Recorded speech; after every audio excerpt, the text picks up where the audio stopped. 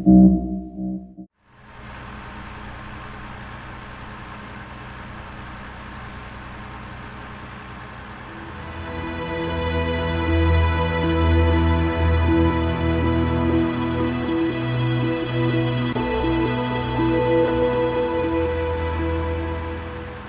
episode I'm reviewing the Daleks Invasion Earth 2150 AD, the second and final film adaptation of a Doctor Who story, adapted from the story The Dalek Invasion of Earth.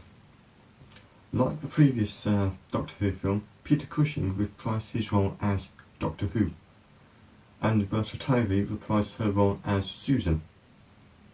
But instead of Ian and Barbara like in the previous film, they are replaced by Louise and Tom. The film basically has the same plot as the TV version, but there are a few things which have been cut out. For example, the Black Dalek's sliver monster, and the alligators in the sewers of London. Always, and of course the incendiary bombs which the Daleks place in strategic ports around London to destroy it. 13 minutes into the film, we actually see the Daleks, and like in the TV series, actually emerge from water. So here's the film version of the Daleks emerging from the water.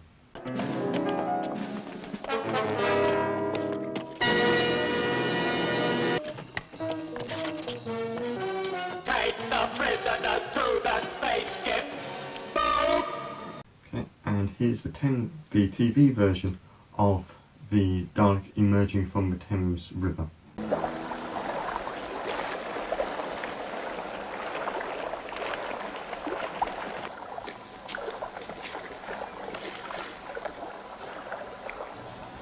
As per usual, the Dalek's design differs from the TV version again.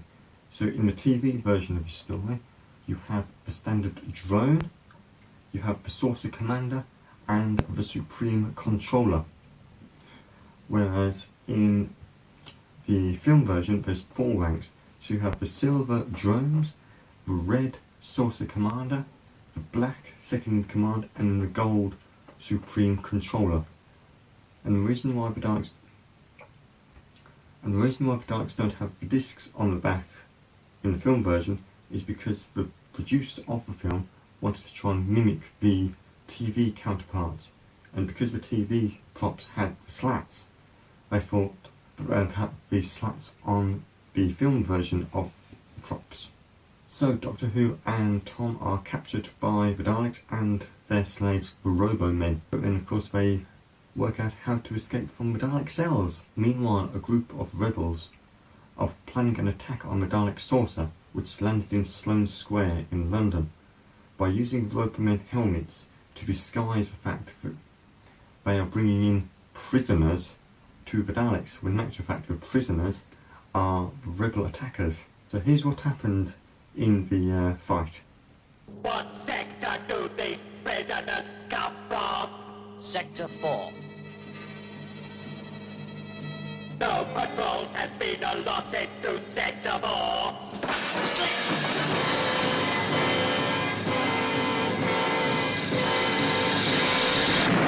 Emergency! Emergency!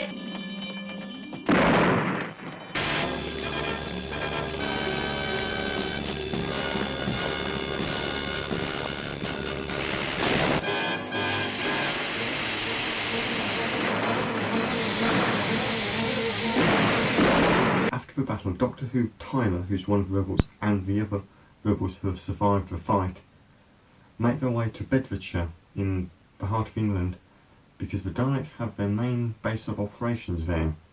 Meanwhile, Dortmund, who's the leader of the rebels, Wyler and Susan are making their way to Bedfordshire using a van, but are stopped by a patrol of Daleks. Dortmund faces them off using his newly designed bombs. Dortmund, come back! Don't be a fool!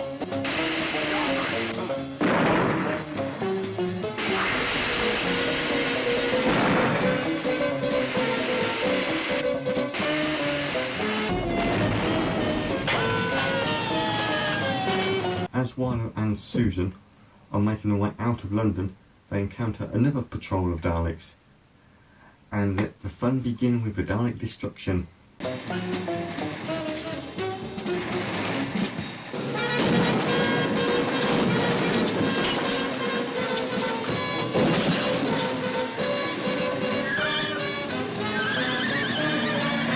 Daleks' plan for the Earth is to remove the molten core of the planet and replace it with a power system which will enable them to pilot the planet back to their home planet of Skaro. But Doctor Who has actually figured out a weakness in the Daleks' plan and works out how to stop the Daleks.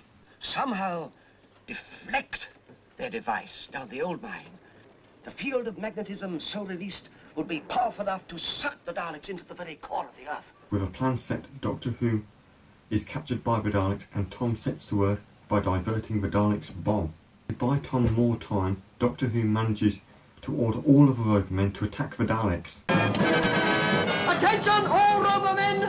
Attack the Daleks! This order cannot be countermanded! Which does actually buy Tom more time to divert the Dalek bomb, but it also shows off one of the Daleks' most underused abilities. Stop him! Stop him! Exterminate! Attention! Robo Rebellion has been defeated! Yeah, that's right, the Daleks can regenerate their appendages. The Daleks release their Earth bomb, but it is diverted towards the meeting point of the magnetic core of the North and South Pole. The bomb explodes, and then of course, let the Dalek destruction commence.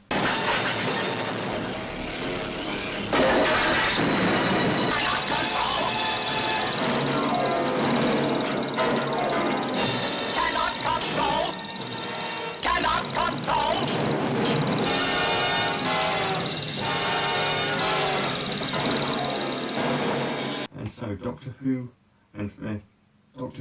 Louise, Susan and Tom leave the year 2150 AD and return to 1966 to drop Tom back off. There was meant to be a third film based on the series of Chase, but because Dalek's Invasion of Earth 2150 AD didn't do that well in the box office, the plans for the third film were scrapped.